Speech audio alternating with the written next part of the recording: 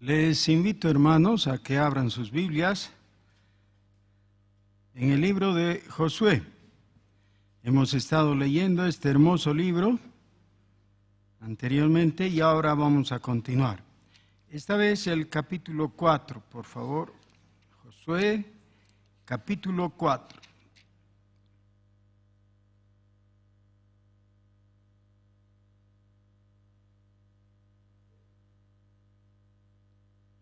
Josué capítulo 4.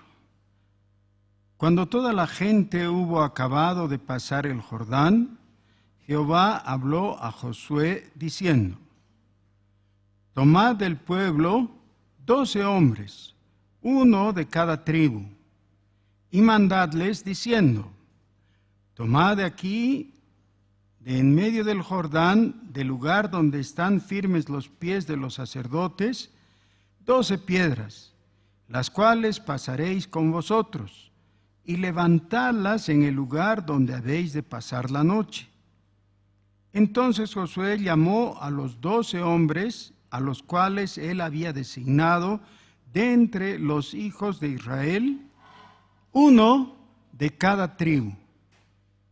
Y les dijo Josué: Pasad delante del arca de Jehová vuestro Dios a la mitad del Jordán, y cada uno de vosotros tome una piedra sobre su hombro, conforme al número de las tribus de los hijos de Israel, para que esto sea señal entre vosotros, y cuando vuestros hijos preguntaren a sus padres mañana, diciendo: ¿qué significan estas piedras?, les responderéis: que las aguas del Jordán fueron divididas delante del arca del pacto de Jehová, cuando ella pasó el Jordán, y las aguas del Jordán se dividieron, y estas piedras servirán de monumento conmemorativo a los hijos de Israel para siempre.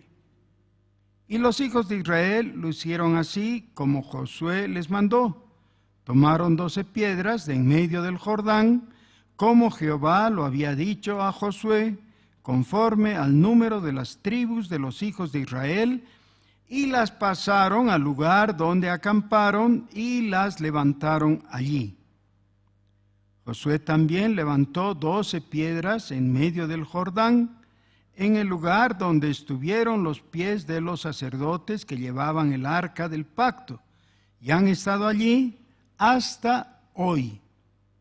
Y los sacerdotes que llevaban el arca se pararon en medio del Jordán hasta que se hizo todo lo que Jehová había mandado a Josué que dijese al pueblo, conforme a todas las cosas que Moisés había mandado a Josué, y el pueblo se dio prisa y pasó.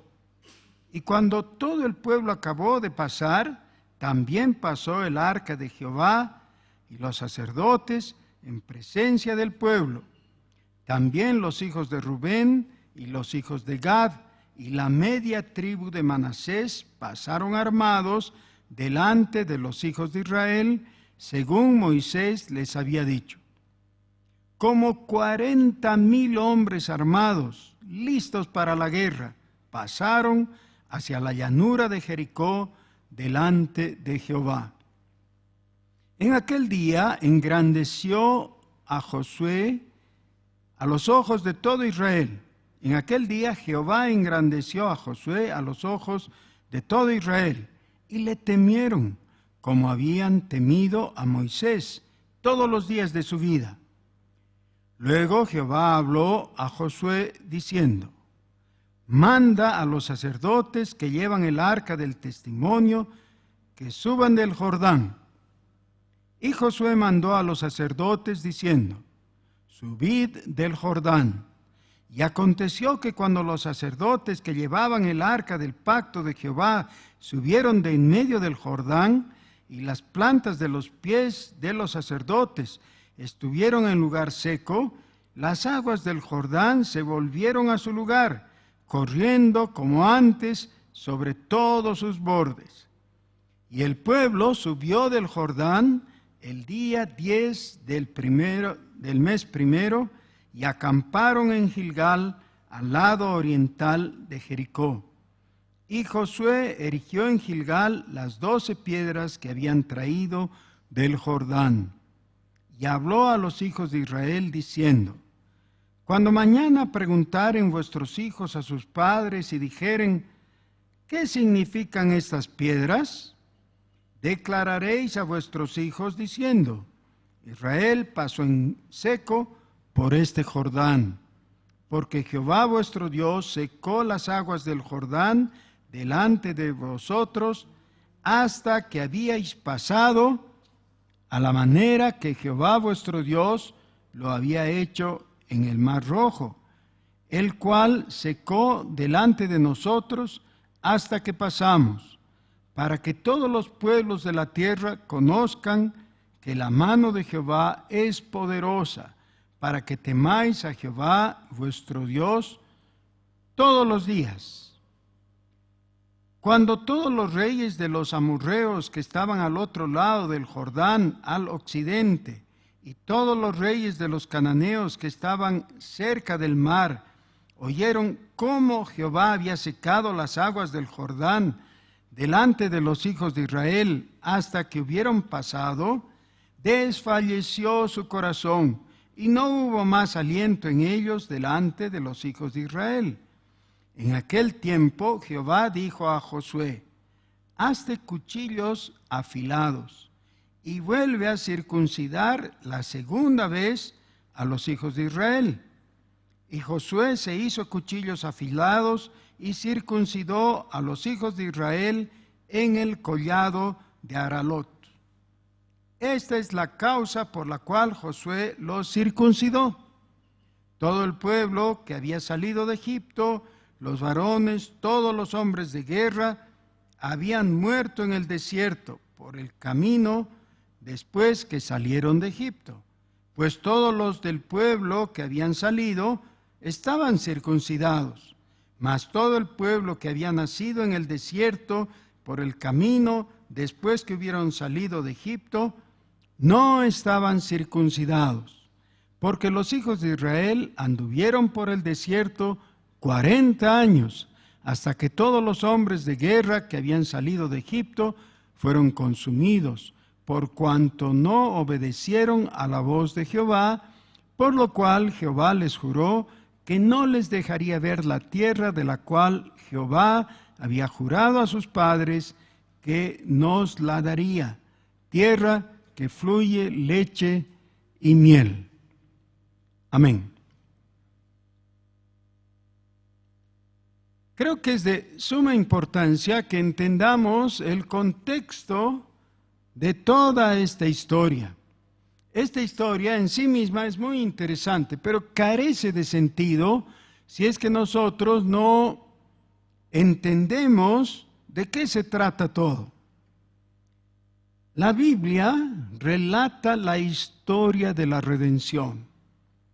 Fíjense, la creación se da en el capítulo 1 y parte del capítulo 2. Bueno, digamos todo el capítulo 2 del libro de Génesis. 2 capítulos para hablar de la creación. En el tercer capítulo ya viene la caída. Y a raíz de la caída viene toda la historia de la humanidad, que es historia de desgracias.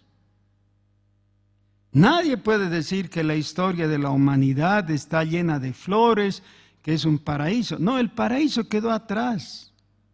El paraíso fue excluido, o mejor, los humanos quedaron excluidos del paraíso por causa de nuestros pecados. Eso ya está en el capítulo 3 de Génesis. Quiere decir, todo el resto de la Biblia nos habla de lo que viene a continuación. ¿Qué es eso? Es la historia de la redención. Ahora, la redención tiene un sentido, tiene una meta, un propósito, un lugar para llegar. Eso es lo que en la Biblia se llama la tierra prometida. Imagínense el peregrino, el que ha sido beneficiario de la obra redentora de Dios, está en camino. ¿Hacia dónde? Tiene que saber hacia dónde. Nosotros, los cristianos, solemos decir al cielo. El cielo hubiera sido incomprensible para los israelitas, para la mayoría de ellos. Ellos lo hubieran expresado en términos más terrenos. Hubieran dicho a la tierra prometida. ¿A dónde van? A la tierra prometida. ¿Cómo era esa tierra prometida?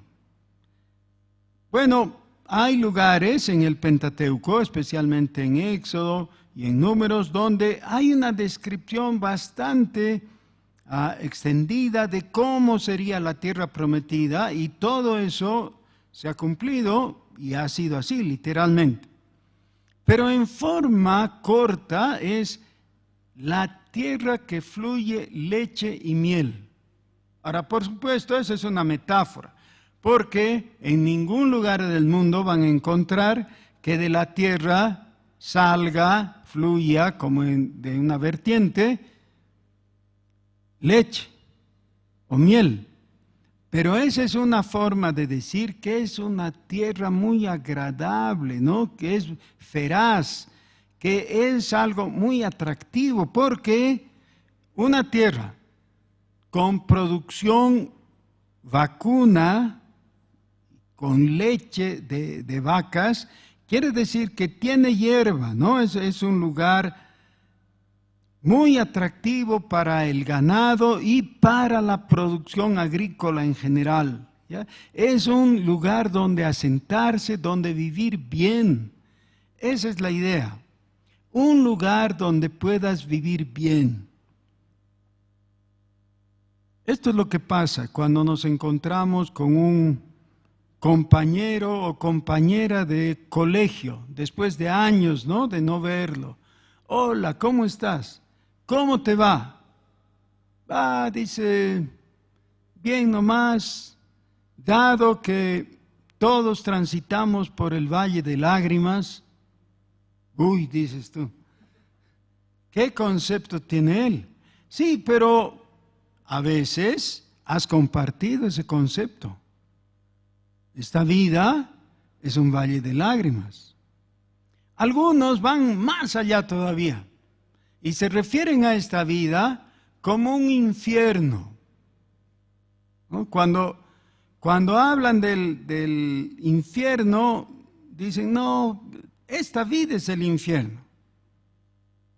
¿Y por qué dices? Es que tú no conoces mi matrimonio.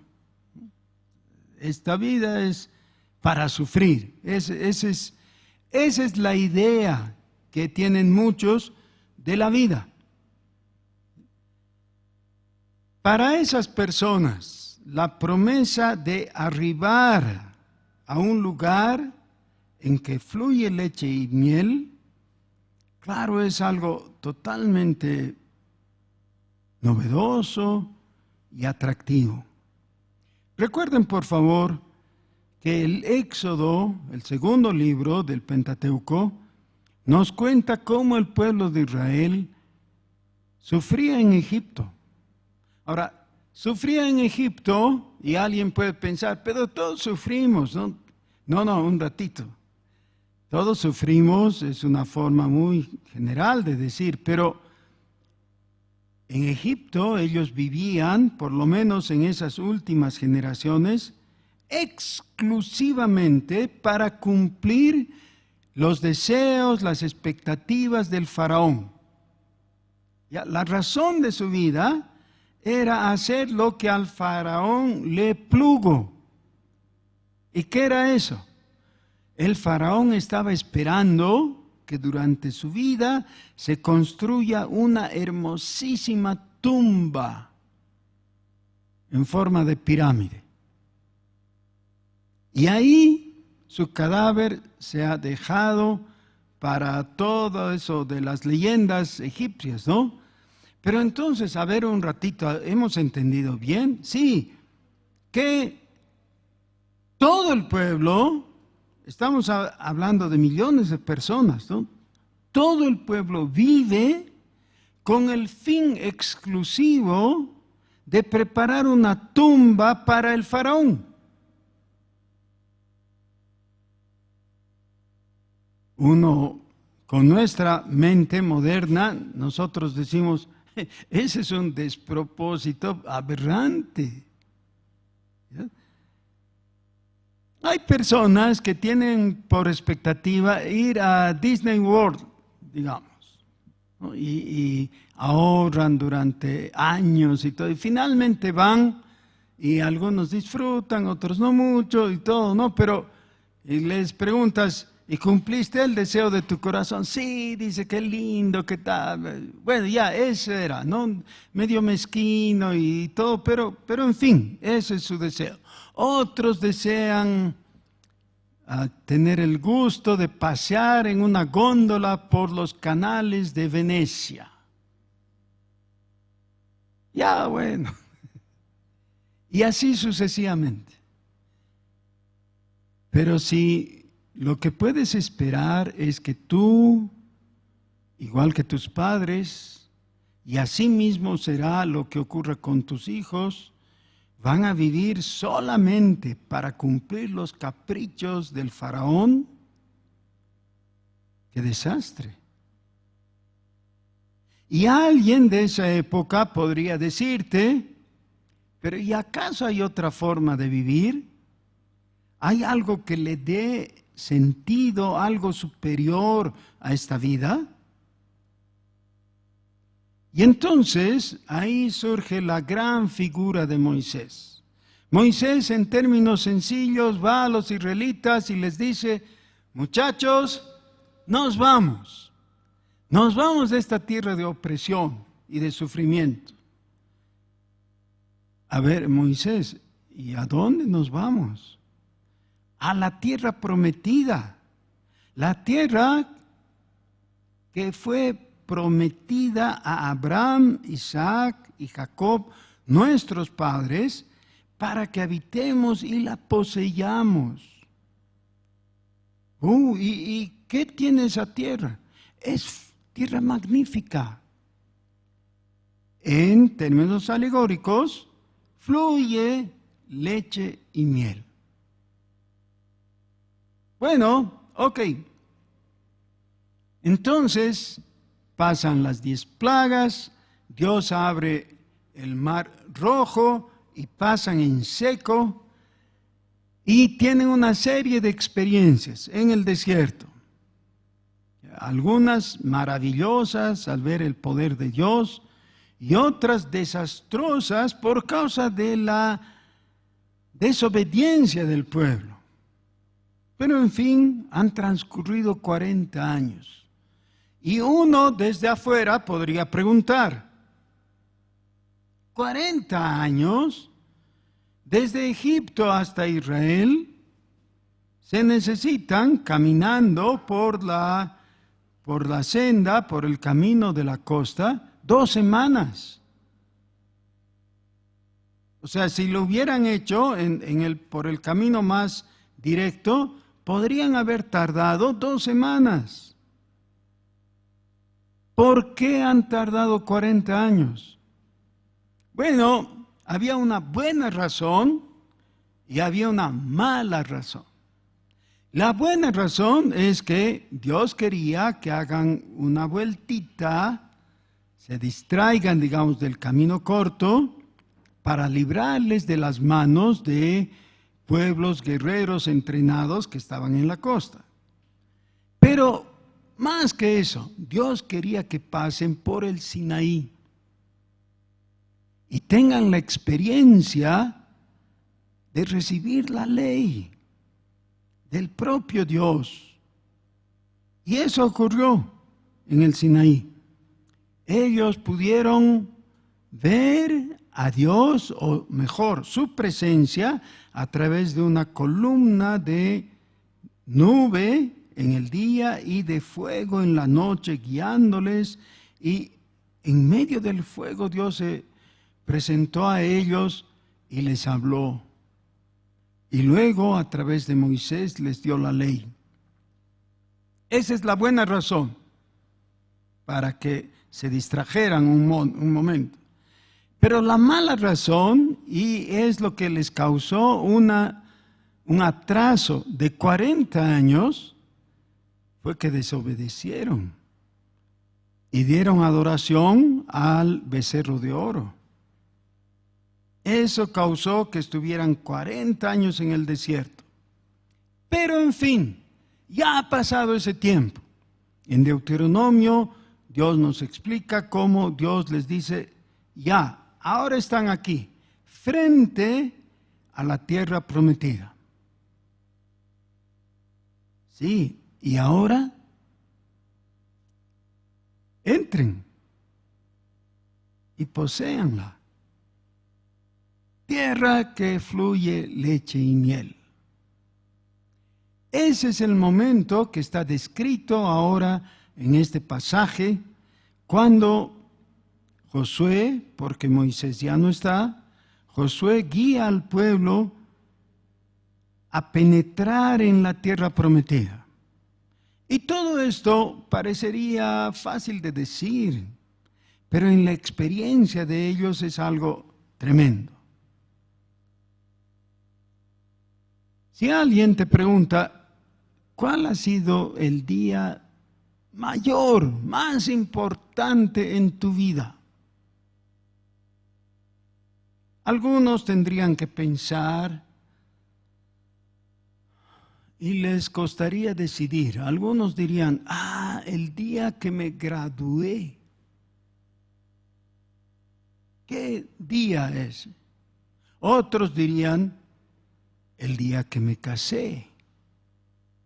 Porque estuve tan expectante, tan anhelante de eso, y por fin se cumplió. ¡Qué lindo! No ha habido mejor día. ¿Cuál sería tu día? Para las personas que están en la cárcel, el día de su liberación. Yo he conocido personas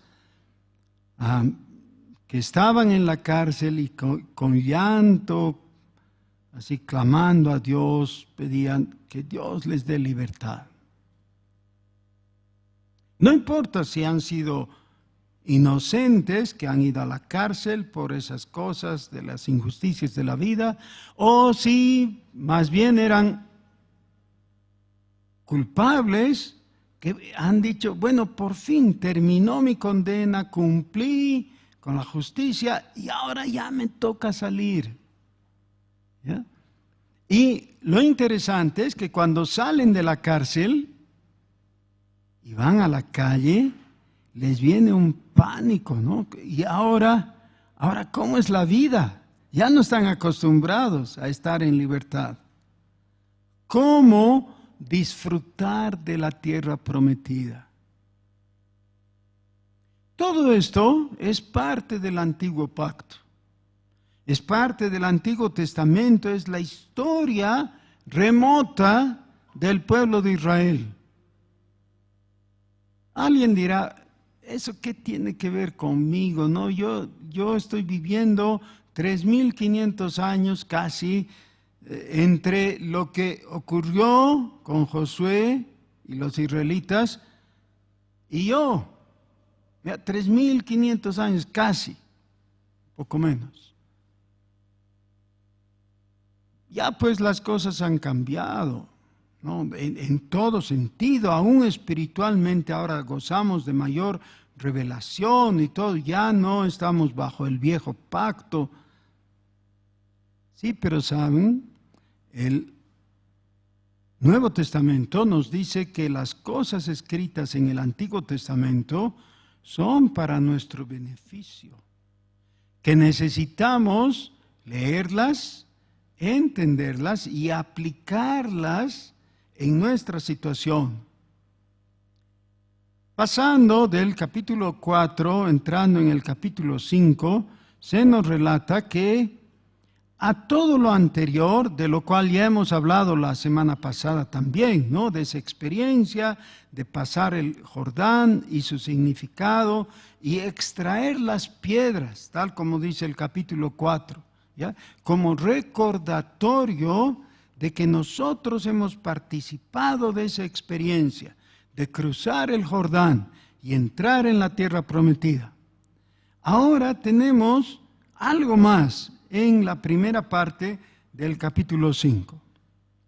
Dios habla a Josué y le dice: Josué, tienes que alistarte, porque en tus manos queda la responsabilidad de que cada uno de estos que está cruzando el Jordán y que entra en la tierra prometida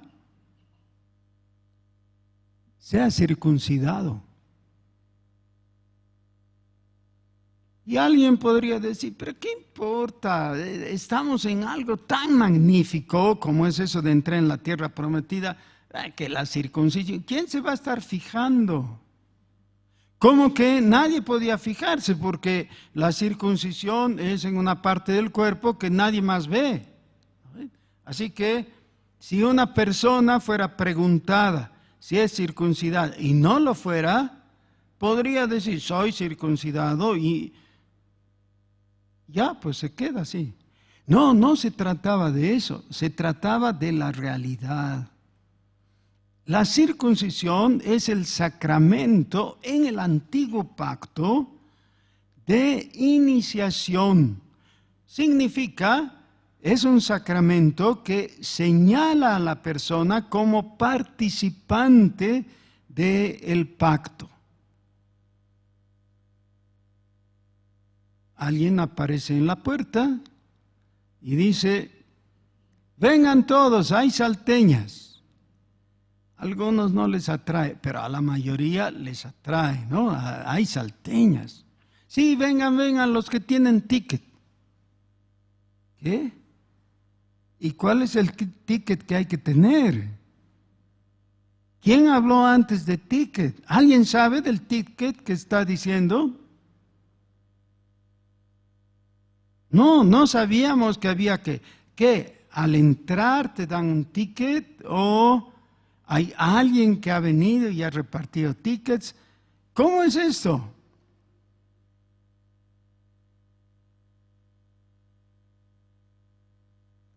La pregunta es: ¿quién puede participar? ¿Quién puede participar? Y la respuesta es: todo aquel que tiene la señal.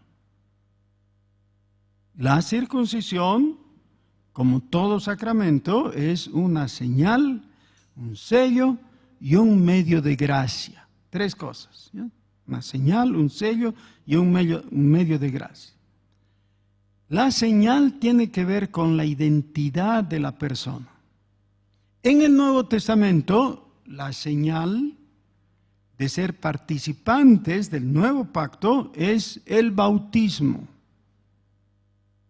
Cuando somos bautizados es como cuando hemos recibido el ticket y ya sabemos, cuando repartan las salteñas, yo voy a ir, voy a entregar mi ticket y me van a dar mi salteña. Eso es, en términos muy sencillos.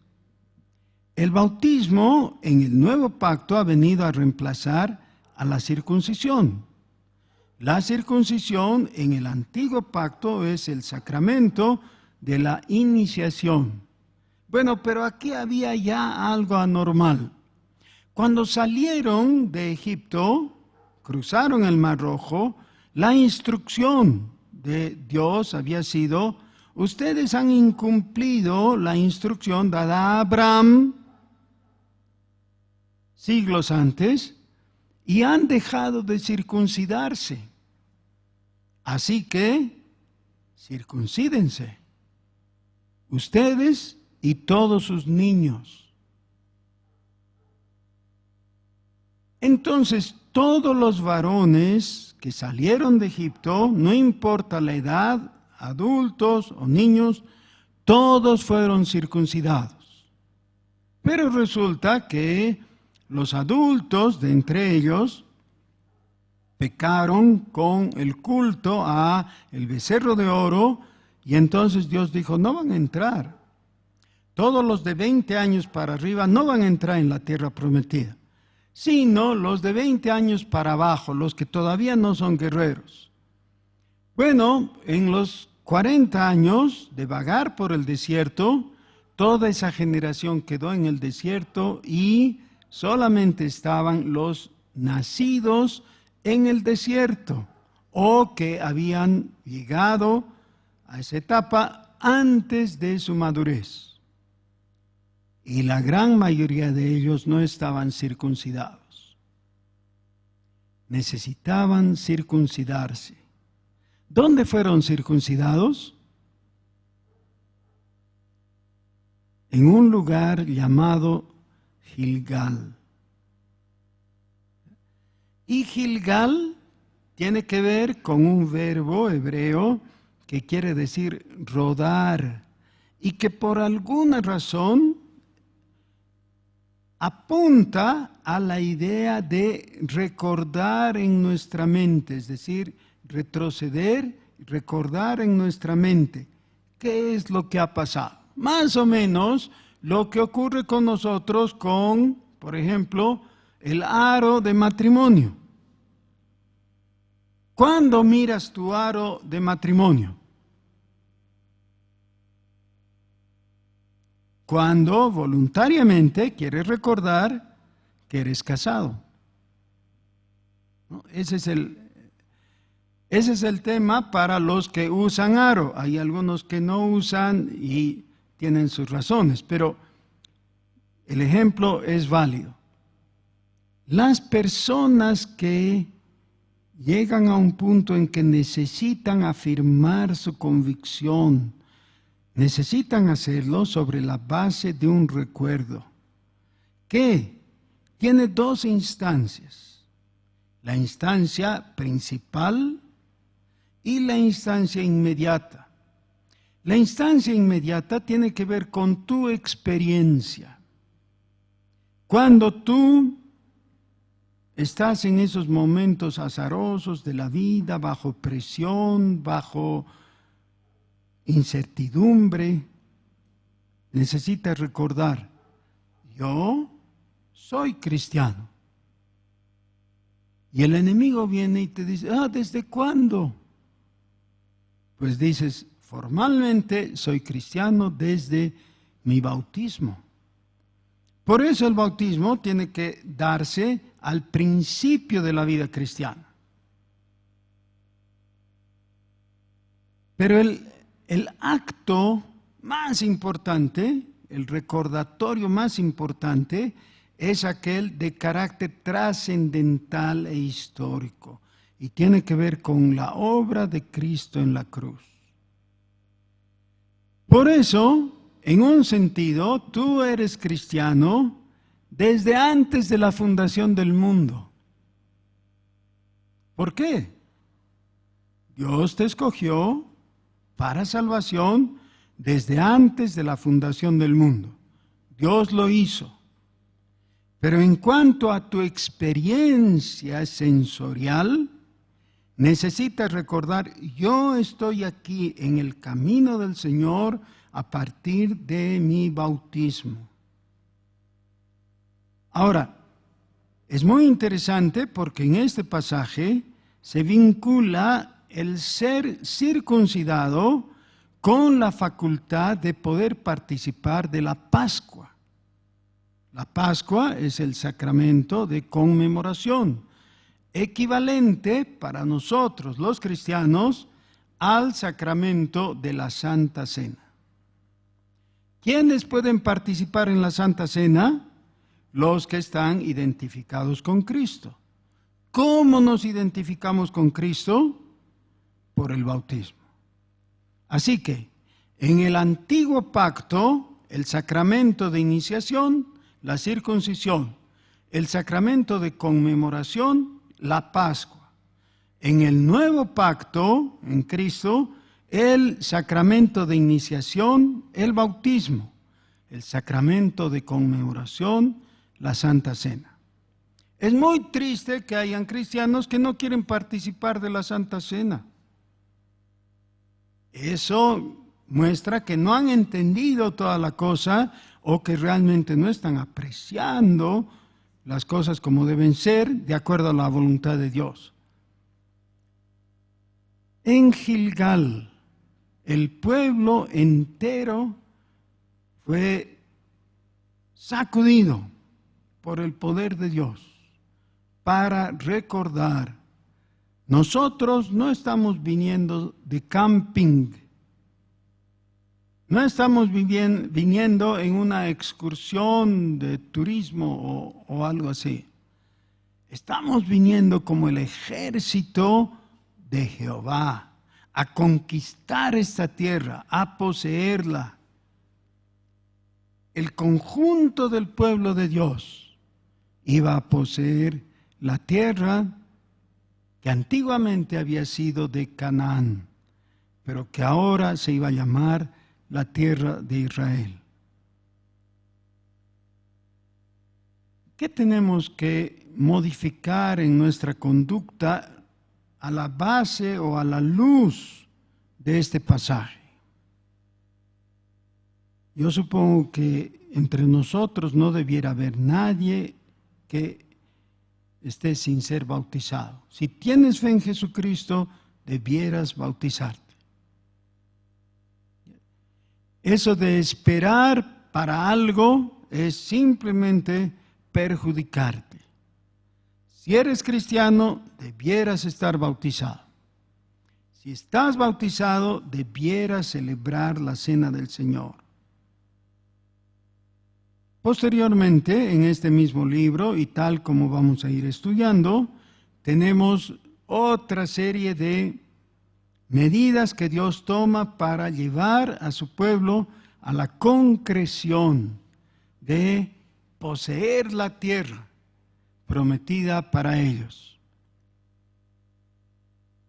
Tristemente,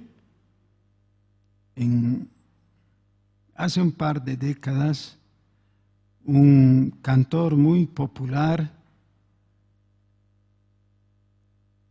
que parecía estar acercándose al Evangelio utilizó la alegoría de entrar a la tierra prometida volcándolo sobre la experiencia de conquistar a una mujer.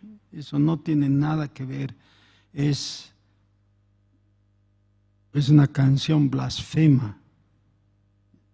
Esto tiene que ver con la experiencia de vivir bajo la bendición de Dios, gozando de todos sus beneficios. Ahora, cuando salieron de Egipto, ¿hacia dónde iban los israelitas? A la tierra prometida, a la tierra que fluye leche y miel. Cuando nosotros nos arrepentimos de nuestros pecados y creemos en Jesucristo, ¿hacia dónde vamos? En términos sencillos, decimos al cielo.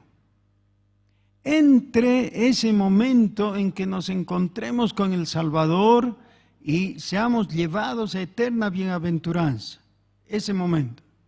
Y este momento en el que estamos viviendo, que somos salvos, pero todavía no hemos sido transformados, no se ha producido el arrebatamiento, todavía el Señor Jesús no ha vuelto.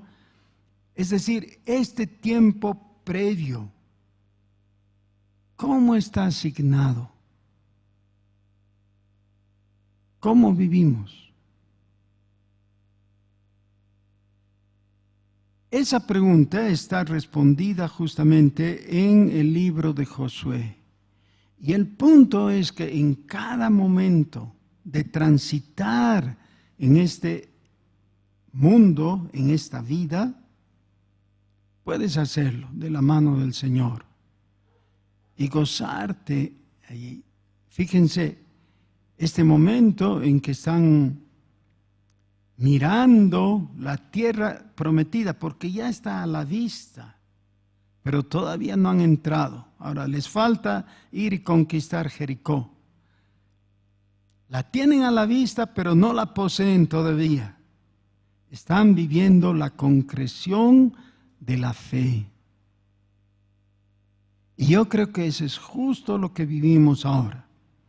Al participar del culto, en el inicio, hemos cantado y hemos leído Apocalipsis capítulo 21. ¿Se acuerdan?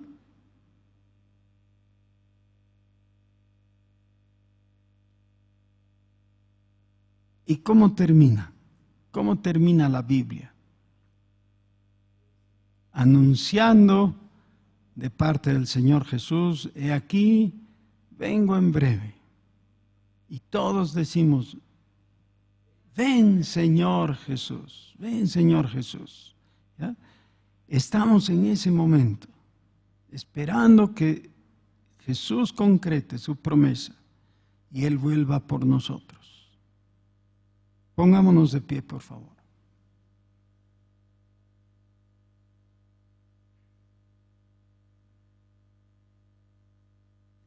Gracias, Señor, por tu palabra en la que en forma de historia nos relatas la manera en que has procedido al traer salvación a tu pueblo.